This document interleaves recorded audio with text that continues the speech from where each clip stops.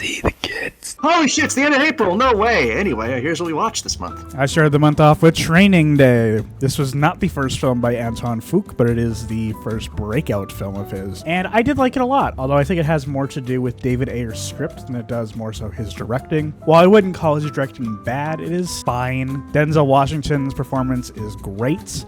He steals the entire movie. Ethan Hawke, he's there. I kind of wish he wasn't in the movie. 8 out of 10. I liked it a lot. It's a good little action movie. Then I watched Network. I have seen this once before, and I think it's solid. It's about this news anchor who threatens to commit suicide on air on his final day after being fired. That's kind of the best of the movie. A lot of the movie is just the network executives talking, and because of his threat, it causes a huge spike in viewership. The news anchor also gives a really good rant throughout the movie about how everything is just bullshit, kind of George Carlin-esque. And I do like that, but the rest of the movie is kind of boring, to be honest. I don't know. It's 2 hours. It's directed by Sidney Lumet, so it is directed pretty well. I gave it a 7 out of 10. Then I watched Testament. This has nothing to do with the Bible, before you think of that from the title. It is about a nuclear apocalypse. Kind of in the same vein as The Day After or Threads of that era. And kind of in that vein, because it originally was going to be a TV movie. It was originally going to be a PBS movie before Paramount picked it up, and it really shows. The acting is bad, all the characters are boring, the story is boring, the apocalypse happens, and then the other hour is just them talking. I couldn't get into it. It looks like a TV movie that should have been lost to time. 3 out of 10. Then we watched The Brutalist. This was your first time, my second time. Yes, I love The Brutalist. One of my favorite movies of 2025. One of my favorites of the decade. Amazing performance from Adrian Brody. Incredible cinematography. Love the music. Despite the length, it's a really good story. The first half, I still stand by the fact the first half is better than the second half. I have to agree there. That first half, it really endears you to Laszlo and his plights as an immigrant. Very much a slow burn, this one. Very. But performances are solid. The movie's gorgeously shot, and just the colors are just, it's a beautiful movie, which is kind of ironic because the architectural style that this movie's named after, Brutalist, is one I actually really hate in real life. In fact, but the character work is strong enough that, I look past my prejudice against that. I particularly found Guy Pearce's thesaurus kind of character very... yeah, he says a word that you just have to Google every other line. Yeah, it's really good. It's a 9 out of 10. It's a 9 out of 10. Then I rewatched Sign o' the Times. This is a concert film by Prince, done back in 1987, right after the quote-unquote success of Under the Cherry Moon. It's shot really well. It was mainly shot at Paisley Park. The audio is from a concert that was done in the Netherlands. In fact, it was originally supposed to use video from that, but apparently it was way too dark, so they couldn't use the footage. I like the lighting a lot. It could have used a bit more of other Prince songs, because it does feel, as much as I do like the Sign of the Times album, it does feel a little one-noted at times, especially with how the instruments sound. But there are really good performances from the songs on that album on here. Whatever, I gave it a 7 out of 10. Then I was able to see Project Hail Mary. The movie's pretty fun and pretty good. For such a big budget sci-fi movie, there's a lot of practicality here. The puppetry with just the sets and the astrophage scene. There's so much done practically in such a big movie, and you really don't see that a lot often. I will admit, the dialogue early on, those scenes in the school, and particularly that kid dialogue early on, is kind of rough, and it didn't, it kind of was maybe a little worried, but once Grace actually gets recruited by the military and gets working with them on how to save the planet, it just gets really good. And Rock and Grace's relationship it's developed very nicely. I love the amount of work they put into actually just translating words, and the system they make is very creative. Not to mention, it's really cool, hearing an alien language that isn't just a bunch of googly sounds. It's actually music, which I thought was pretty unique. Okay. And there's this excellent line from Rocky, which my favorite line in the movie is that he has a partner back home because they're both saving their planets. He said 186 years is still not enough. It never is. and I thought that was real as fuck. Yeah. This is a very, very solid 7 out of 10. Then we watched Skinamarink. This is my first time. This was his first time. This was my second time. I liked a lot more on the second time than I did the first time. It's a hard movie to like talk about like the good things from it. It's something you really got to be immersed into to enjoy it. It's very akin to analog horror. Like there really isn't a whole lot like it. It is a movie that it is uncomfortable. The movie, like, it is uncomfortable angles, liminal spaces, grating sounds, and so much hidden information. This movie, it lets your imagination do all the horror for you. It's unlike anything I've ever seen. And it might be like, I've been debating if it's like my favorite horror movie since, honestly, with how different it is. It's definitely, I think, the scariest I've ever seen, just because of how my imagination is. You know, like, I fill in a lot of gaps pretty easily, and those gaps ain't filled with nice things. So yeah, I love this one. I love a lot of the imagery. The sound design is great. It really just captures a lot of the feeling of the movie. You either going to be immersed in it or you're not going to be. It's a love or hate kind of movie, and so you know what? I give it a 8 out of 10. I love it. It's an 8 out of 10 for me as well. Then I rewatched The King of Comedy. This is actually my favorite Scorsese movie. Robert De Niro is great. I love the performance he plays. It's super chaotic. If you have seen Joker, it does have a pretty similar structure to it, I guess. But it's just done way better. It's shot way better. Way better. I love a lot of the sets, especially the talk show set. I think it looks really good. I loved Robert De Niro's monologue at the end when he actually gets to go on the show, quote unquote. There's a lot of really funny lines. Jerry Lewis is great. Very fun time. I wish Scorsese would make smaller movies like these, and like another movie we'll talk about in a little bit. But I will give this a 9 out of 10. Then I saw The Master. This is one of the Paul Thomas Anderson movies I hadn't seen before, and it had been on my list for quite a while. And I did like it, but I really did not like Joaquin Phoenix in the movie. It's about organized cults and religions. Specifically, it's kind of a parody of Scientology with Philip Seymour Hoffman as the leader of the group. And Philip Seymour Hoffman is incredible. He is hands down the best part of the movie. It's to the point where I want him as the main character and not Joaquin Phoenix. But I understand why it's from Phoenix's perspective. It's supposed to tackle, like, because it takes place right after World War II. So it's about how, like, war veterans are kind of manipulated by religions. So I do like that aspect of it. I just didn't like his performance all that much. Felt a little one-noted. I love how it's shot. It's a PTA movie, so of course it's shot well. It's very reminiscent of the time period it's set in. It's great. I gave it a 7 out of 10. Speaking of course, Scorsese, your foreshadowing has paid off. We watched After Hours. Yes, this is probably my second favorite Scorsese movie, just because I love how simple it is. Despite the ending being a little rushed, I really enjoy this movie. It's just a simple story. It's just a guy who wants to go home, so real, and he can't. And he gets into weird hijinks throughout the streets of Soho, where everybody's bipolar for some reason. It's so fun, and I love it. Yeah, I think the way this movie was kind of how I imagined you thought The Graduate was going to be for me, because it's about a very, like, normal type of situation. And then there's just a bunch of wacky hijinks happen. But this one, I think it worked for me more because he was always trying to, like, get home. He was fighting things that were happening to him rather than kind of putting himself in these situations. He was just... Well, my boy Paul, he went, he had one hell of a night, and what I love so much about this is just the cast, the atmosphere, and music. The music is amazing too. Yeah, just the setting, and the setting, the performances just work hand in hand, and the story is a thrill ride from start to finish. Yeah, the ending is a little wonky. However, I actually like the idea of him going back to work after everything. He was just out all night, and then just comes to work just all fucked up. Yep.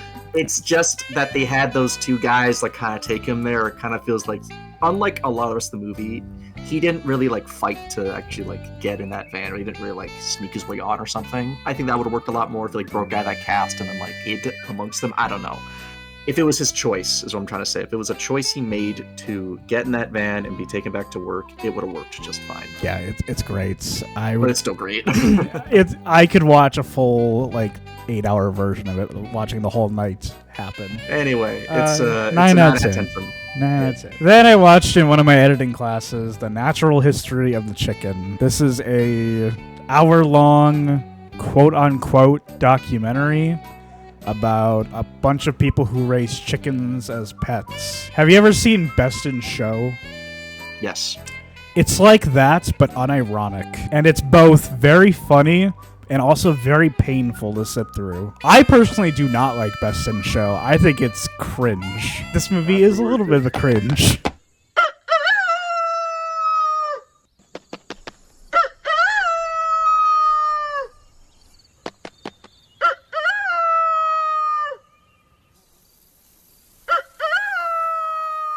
It's real people. It's a real documentary that aired on PBS. 5 out of 10. Then I saw the Michael Jackson movie. I've already done a video talking about it. Go watch that. I have no other thoughts on it. I said everything I wanted to say about it. It is still a 3 out of 10. Anyway, time for the Timothy Table Tennis Chalamet movie, Marty Supreme. I am really glad I finally got around to seeing this. Yes. Josh Saffy's the director, correct? Yes. Dude, like...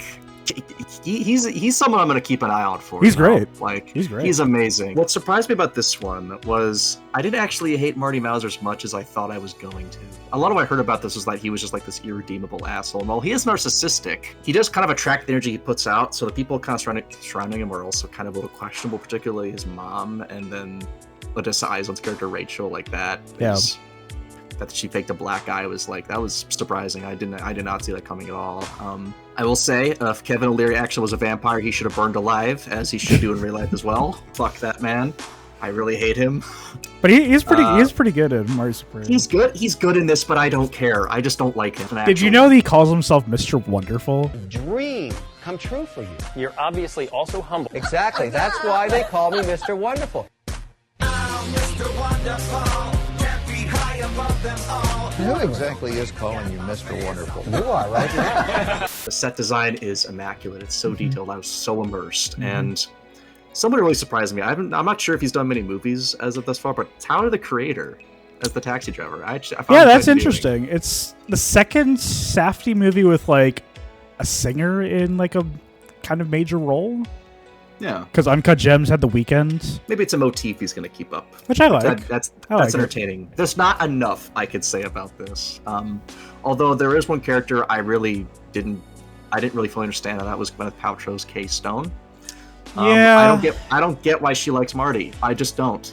Like, yeah, I feel like any celebrity would just like the second they like hear someone trying to like pull them around and all that stuff. I just feel like I'm not sure they would really buy into that. It is a very easy 9 out of 10. I loved it. And then I finally got around to finishing up Beef Season 1. Probably my favorite TV series in a long time, low-key. Like, it is amazing, dude. I've heard nothing but good things about it. Stephen Yeun and Ali Wong. I have such a fondness for media that have like two main leads. And pull it off, especially because both Yun and Wong's characters are so like developed. We understand like where they come from, why they're the way they are, and just how much their lives suck. It's both kind of a release because it's all about like toxic positivity and how we just repress our own rage in an unhealthy way. And then it comes out like in road rage or damaging property, things like that, and also like abuse in various forms. It's just such an immaculate and enthralling character study. And for such a simple premise of two people getting into a road rage incident, things just get crazier and crazier, and it doesn't feel out of left field. It all feels natural. The supporting cast is great. Young Mazzino, he played Jesse in Last of Us Season 2. He is amazing in this. Okay. David Cho. Oh my god, him as the cousin. He is so fun. He is so fun. The fact that he just endures this downward spiral without even meaning to is just... It's kind of sad, but at the same time, it's like the way he is. It's kind of feels natural, I guess. I don't know. There's just so many compliments I can give this show. It's shot beautifully. The soundtrack is great, and the artwork for the title cards. Each one different. Each one representing some theme or some idea in each episode. 10 out of 10. 10 out of 10. Watch it now. First 10 out of 10 of the year. Then we watched Sorcerer. This was your first time. This was kind of my first time watching it. I had seen the first half of it before. I like the second half of it a lot. The second half of it is great.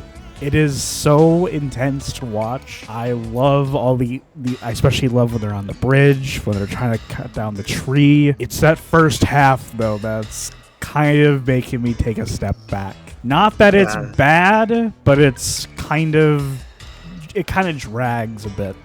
It really takes a bit before it just gets right into it. There's a great 90-minute movie in here, is all I am saying. I think the performances are good. I especially loved Roy Scheider. I love the music. Tangerine Dream is great. I wish they would score way more things. I did enjoy like the opening scenes in each of the different countries. I thought they were kind of cool.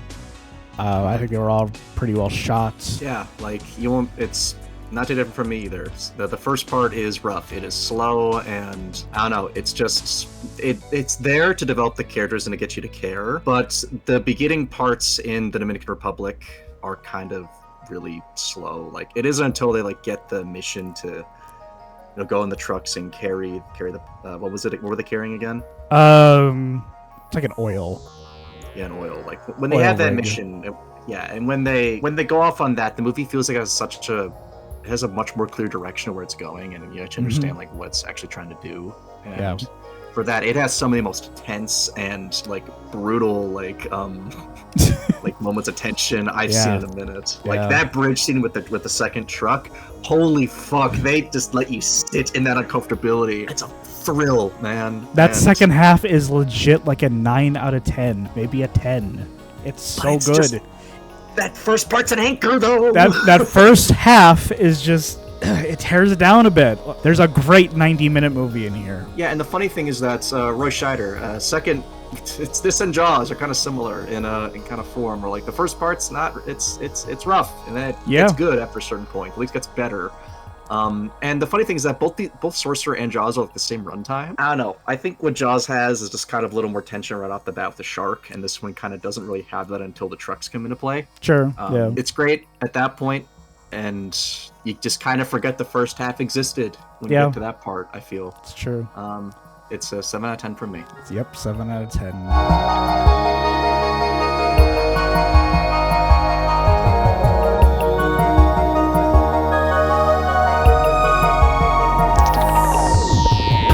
And then I had the privilege of watching Invincible Season 4. Now, I don't think I've mentioned Invincible on our channel yet, have I? No. I love the series. I have read some of the comics. I don't want to spoil too much for myself. I kind of want to read alongside it, I don't want to, like, ruin it, But as far as where it is right now, like, I love seasons 1 through 3. Yes, the animation has its problems. Yes, it has kind of had a dip since season 1, but for the most part, the writing has been able to make up for it. I love the characters, man. They're all so diverse and unique and memorable, and they have a lot of fun moments. Yeah, pretty... Kind of actually go neatly off Sorcerer. The first part is kind of a little slow. It takes its time to kind of really get going. But coming off season 3, it makes a lot of sense. It's just been a while. The seasons take a year to make, so you may not totally remember like exactly where the character leaves off. Performances by Yun and Simmons and O and the gang. They're all still amazing. A standout though this season was Lee Pace as Thrag. I find the fandom for this show to be really insufferable. That goes for a lot of comic book stuff because they're just fandoms. That's a lot of fandoms. I know, but just as for Thrag though, an episode I believe 6, like they were saying like put this man on fraud watch. He's lame. He's stupid. And then the next episode like never mind. Like, guys, just stop being so reactionary, for the love of God. I hate that some of them are like, oh, was he miscast? Like, Lee Pace voices him. But yeah, like, that dude he has such a authoritarian demeanor that exudes calm, but, like, controlled calm. The kind of calm that, could break any second if they wanted to, and you wouldn't be able to do a fucking thing about it. Yeah, just this scenes carry a lot of tension, and it's really good, man. I don't want to say too much. I know some friends of mine are still trying to catch up with it, so I'm not going to spoil anything. The cliffhanger's great. I am really looking forward to seeing how the show progresses, because it's one of those things where, like, this show, like, its status quo, like, changes a little bit every season. And I think a big plague on this, like, on the comic book genre is that the status quo, like, these things happen, but nothing really changes, so it doesn't feel like it matters. The show doesn't pull its punches. has something important happen, it commits to it, it explores it, and the characters are changed for the rest of the story because of it. It is a really solid 8 out of 10. I have issues with animation and with some storytelling choices, particularly in the finale, but I will not say those because, again, spoilers. And that is everything we watched for the month of April. Woohoo, we made another month. Yippee. Yes. Yippee. Stay tuned for the month of May, where we'll be watching more movies, playing more games, and doing some more content. Quentin's coming out to Chicago. There will be more. There's going to be some content coming. There's going to be some slop coming down for your tubes. Open wide. Open wide. Yum, yum. Bye-bye.